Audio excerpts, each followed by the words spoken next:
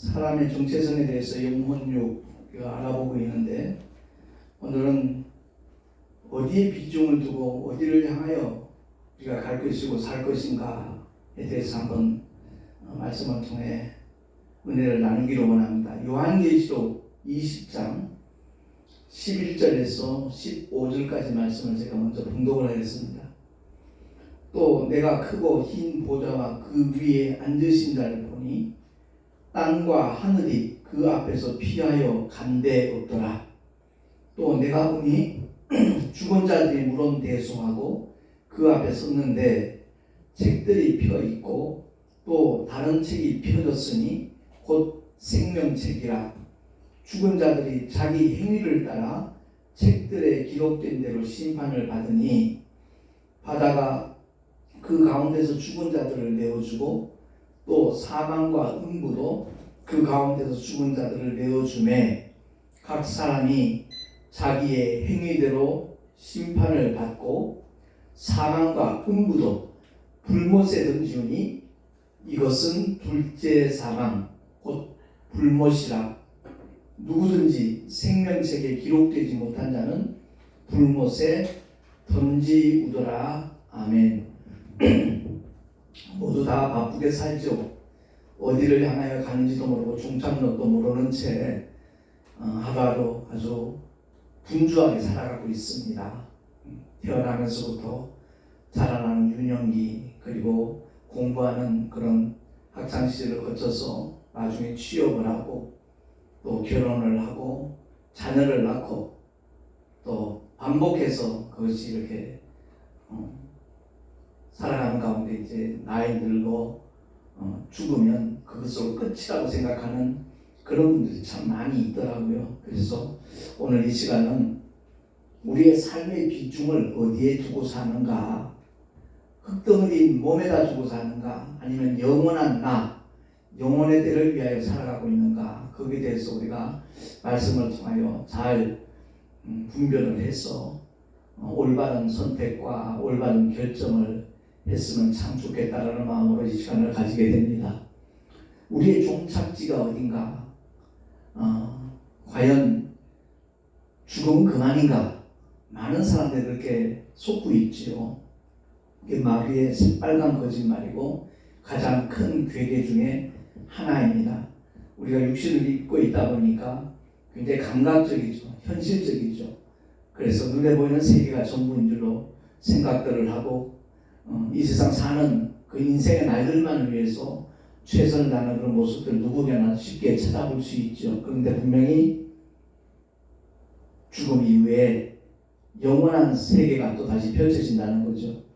하나는 지옥이고 하나는 천국입니다. 그래서 나는 과연 어디를 향하여 가고 있는가? 구원받는 것보다 사실 쉬운 일은 없거든요. 같은 날 같은 장소에 처형을 받은 두 강도가 있습니다. 예수님과 함께 처형을 당했는데 그 중에 한편 강도는 정말 마지막 순간까지 예수를 조롱했지만 나머지 한편 강도는 당신의 나라에 이를 때 나를 기억해달라고 주님께 요청을 했고 그때 주님이 바로 답을 주시잖아요. 네가 한날 한시에 나와 함께 낙원에 있으리라 라고 말씀을 하셨습니다. 그래서 이 세상 사는 날 동안 나의 현실, 나는 과연 어디에 소속되어 있는가? 그냥 세상에 속한 자로 살 것인가? 아니면 주님의 몸이라고 하는 교회에 소속된 자로 살아갈 것인가? 내가 선택해야 될 문제입니다. 내가 어떻게 결정하느냐에 따라서 그 결과도 나의 몫이라는 것 꼭 아시고, 우리는 다 첫 아담 안에서 태어났습니다. 첫 아담이 선악과를 먹는 바람에 죄가 세상에 들어온 겁니다. 그래서 하나님께서는 여자의 후손 예수 그리스도를 이 땅에 보내주셔서 이 세상의 모든 죄의 문제를 단번에 처리를 하시고 누구든지 그리스도 안에 있으면 새로운 피조물이 되는 놀라운 하나님의 약속, 하나님의 은혜를 베풀어 주셨습니다. 우리나라에도 수많은 교회들이 있습니다만은 그 교회가 주님의 몸입니다. 근데 불행하게도 교회의 머리 대신 예수 그리스도 그분의 뜻대로 행하지 않는 교회들이 자꾸 생겨나는 바람에 참 안타까운 일이 많이 벌어지고 있죠. 어쨌든 우린 첫 아담에 속해서 이 세상에 태어났습니다. 그런데 하나님께서 우리에게 구원의 길로 허락하신 둘째 아담이라고도 하고 마지막 아담이라고도 그렇게 사도바는 표현을 했습니다. 이 예수 그리스도의 소속이 바뀌는 겁니다. 어떻게 해요? 내가 죄인임을 깨닫고 예수 이름을 내가 믿으면 되는 겁니다. 요한복음 1장 12절에 친절하게 설명을 해요. 2000년 전 이 땅에 잠시 오셨다가 이 세상에 더 이상 육체로 계시지 않는 예수, 그를 어떻게 영접하는가? 곧 그 이름을 믿는 자라고 말합니다. 예수 이름을 믿는 자가 바로 예수님을 나의 구주로 영접하는 사람입니다. 예수를 영접하기만 하면 그는 바로 신분이 바뀌는 겁니다. 하나님의 자녀되는 신분만 바뀌는 것이 아니라 그 권세까지 하나님이 주십니다. 그래서 먼저 예수 믿고 구원받은 사람들이 주변에 사랑하는 가족이나 친구나 친지나 이웃들에게 당신도 예수 믿으라고 이렇게 권하는 겁니다. 이 세상 사는 게 전부가 아님을 너무나 잘 알기에 언제나 둘 중에 한 곳은 가야 되는데 지옥 아닌 천국을 함께 가자는 것이죠. 그래서 하나님의 말씀을 통해서 우리가 올바로 영혼 육으로 구성되어 있는데 이 육은 흙에서 취하였기 때문에 물질은 영원할 수도 없습니다. 한시적인 존재입니다. 한 줌의 흙으로 돌아가는 순간이 분명히 옵니다. 그런데 혼이 진짜 나라 그랬잖아요. 그 혼이 죄 사함받은 영과 결합이 되는 천국 가는 것이고 여전히 예수를 믿지 않고 하나님의 사랑을 거부한 죄를 가진 영, 그 영과 결합이 되면 더러운 영혼이 되어서 그 귀신이 되어 영원한 불못에 갈 수밖에 없다는 겁니다. 그러니까 본인이 선택하는 거예요. 내가 결정하는 거예요. 하나님의 사랑을 받을 것인가, 그 은혜를 드리는 것인가, 아니면 거부할 것인가. 거기에 대해서 그 결과는 본인의 책임이라고 제가 말씀을 드렸죠. 그래서 사도 바울이 고린도 후서 4장 14절에 18절에 이렇게 고백을 하거든요. 제가 봉독을 하겠습니다. 우리의 돌아보는 것은 보이는 것이 아니요 보이지 않는 것이니 보이는 것은 잠깐이요 보이지 않는 것은 영원함이니라. 아멘. 눈에 보이는 이 세상 잠깐입니다. 연세 드신 분들 다 같이 말하잖아요. 청춘이라고 마음은 아직도. 언제 세월이 그렇게 70년, 80년 세월이 지나가는지 모르겠다고. 젊은 사람들이 볼 때는 그 세월들이, 그 기간이 굉장히 장구한 것 같으나 잠깐입니다. 이 세상, 눈에 보이는 이 세상 잠깐이라는 것을 우리가 기억을 하고요. 그러나 영원한 세계가 있다는 거죠. 영원한 세계가 있긴 한데 천국이나 지옥이나 그것은 본인이 결정하는 겁니다. 그리고 빌립보서 3장 14절 통해서 사도 바울이, 저도 이제 터키를 2번 다녀왔습니다만 한 번은 단기 선교로 갔다 왔고 한 번은 바울의 발자취를 더듬어 보기 위해서 소아시아 7교회 계시록에 소개되죠. 그 중에 5교회를 이렇게 더듬어 본다 그래서 작년 2월 15일 날 갔다 3월 5일 날 귀국을 했습니다만은 그 사도 바울이 그 험악한 지역에서 도보로 그렇게 세계 선교를 3차례 했다는 것 정말 대단한 일이거든요. 그가 왜 그런 삶을 살았던가 빌립보서 4장 14절을 통해서 그렇게 고백을 하고 있습니다. 푯대를 향하여 그리스도 예수 안에서 하나님이 위에서 부르신 부름의 상을 위하여 쫓아가노라 라고 그런 고백을 합니다. 그렇습니다.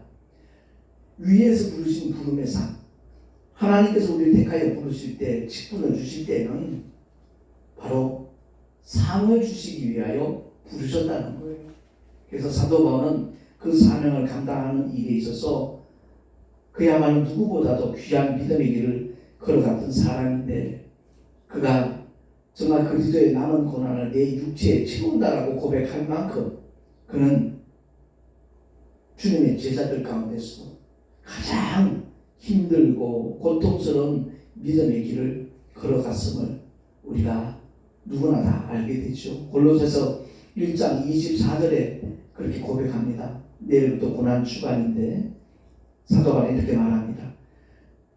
내가 이제 너희를 위하여 받는 괴로움을 기뻐하고, 괴로움을 기뻐한대요. 그리스도의 남은 고난을 그의 몸된 교회를 위하여 내 육체에 채우노라. 아멘. 내가 교회 일꾼 된 것은 하나님이 너희를 위하여 내게 주신 경륜을 따라 하나님의 말씀을 이루려 함이니라 라고 말씀하고 있습니다. 그렇습니다. 예수가 하나님의 아들이시죠. 우리의 구주가 되심을 만천하에 전하기 위해서 수많은 위협이 있고 수많은 방해 요소가 있고 도처의 위험이 도사리고 있었어도 사도 바울은 끝까지 표대를 향하여 걸어간 겁니다. 순교하기까지. 그야말로 주님이 맡겨주신 사명을 감당하는 일에는 자기의 목숨, 자기의 생명을 조금도 아까운 것을 여기지 아니한다 라고 그는 고백을 했습니다. 베드로 역시 마찬가지입니다. 수지자라고 말하는 베드로도 베드로전서 2장 11절에 보니까 이렇게 고백을 합니다. 사랑하는 자들아, 나그네와 행인 같은 너희를 권하노니 영혼을 거스려 싸우는 육체의 정욕을 제어하라. 아멘. 그렇습니다. 우리의 영혼이 정말 주님을 향하여 달려갈 때 늘 방해하는 존재가 바로 고깃덩어리 육체입니다.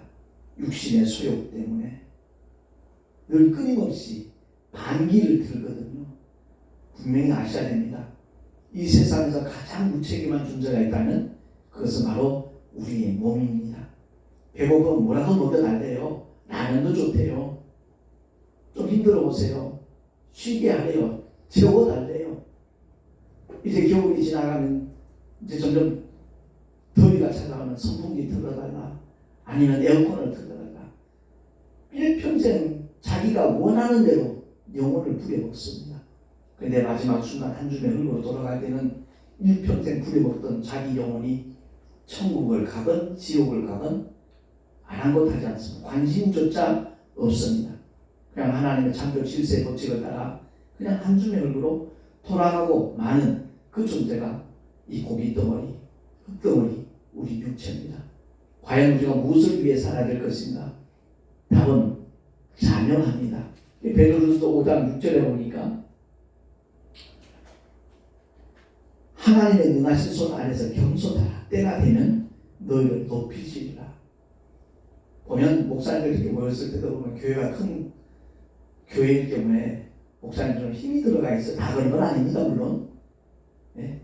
그러나 주님이 결코 기뻐하시는 모습이 아니라는 거죠. 늘 낮아지고 겸손할 때 때가 되면 주님이 높여주시겠다는 겁니다. 그러니까 오늘 제가 만내배 때도 새끼 나귀에 대해서 말씀을 드렸지만 모든 주의 종들과 성도들은 새끼 나귀가 돼야 돼요. 자기가 기고만장하면 안 되는 겁니다. 교만해지는 배망의 선봉이라고 분명히 하나님은 선언하셨습니다. 끝까지 낮아지고 겸손한 자세. 뿐만 아니라 베드로후서 3장 12절 13절을 통해서 베드로는 이와 같이 고백을 합니다. 하나님의 날이 임하기를 바라보고 간절히 사모하라.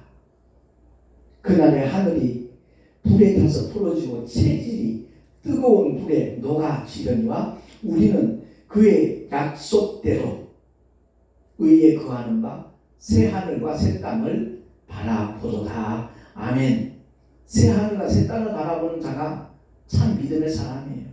그런데 이 성경 구절을 한자로 바꿔갖고 신천지라는 이단 집단이 수많은 영혼들을 노략질하고 있지. 분명히 우리는 하나님의 약속을 바라보고 다시 오실 주님을 사모하면서 끝까지 복음을 전파하는 가운데 주님의 고난에 참여하는 자, 복음을 전하는 자를 죽도록 충성한다면 그날의 주님께서 반드시 우리에게 큰 상급을 주실 줄로 믿습니다. 그래서 마태복음 16장 27절에 주님이 제자들에게 말씀하신 성경 구절 제가 잠깐 봉독을 하겠습니다. 16장 27절입니다. 인자가 아버지의 영광으로 그 천사들과 함께 오리니 그때 각 사람의 행한 대로 갚으리라. 아멘. 행한 대로 갚으시겠다고 주님이 말씀을 하셨습니다. 성경의 마지막 결론 부분으로 주어진 요한계시록에도 똑같이 주님이 이와 같이 선언합니다. 보라, 내가 속히 오리니 내가 줄 상이 내게 있어 각 사람에게 그의 일한 대로 갚아 주리라. 아멘. 육신을 위하여 씹는 자 주님이 갚아줄 게 없습니다. 그러나 영혼의 때를 위하여 한 영혼이라도 살리기 위해서 주의 몸된 교회를 위하여 헌신하고 충성한 믿음의 권속들에게는 주님께서 일한 대로 갚아주리라 말씀합니다. 복음을 위하여 생명을 아끼지 않는 자에겐 영혼이 시들지 않는 멸류관, 생명의 멸류관을 주시겠다는 것이 하나님의 약속입니다. 아무쪼록 오늘 이 메시지를 통해서 나는 어디에 비중을 두고 살 것인가? 흙덩어리를 위하여 일할 것인가? 아니면 그 모든 과정을 통해서 영혼의 때를 위하여 준비하는 복된 사람이 될 것인가? 우리 각자가 선택할 몫입니다. 아무쪼록 지혜로운 선택을 하셔서 언젠가 떠나갈 이 세상 떠났을 때 지옥이 아닌 저 천국에서 재회할 수 있는 저와 여러분이 될 수 있기를 예수 이름으로 축원합니다. 기도하겠습니다. 하나님 아버지 감사합니다. 눈에 보이는 세상이 전부인 줄 알고 거기에 속는 자들이 얼마나 많이 있습니까? 그리하여 하나님의 은혜로 먼저 영원한 하나님의 나라가 있음을 깨달은 믿음의 사람들이 열심히 복음을 전하는 것이고 전도를 하는 것인데 그것을 마치 교제를 늘리기 위한 수단으로 생각하는 오해하는 그런 경우가 너무나 많이 있습니다.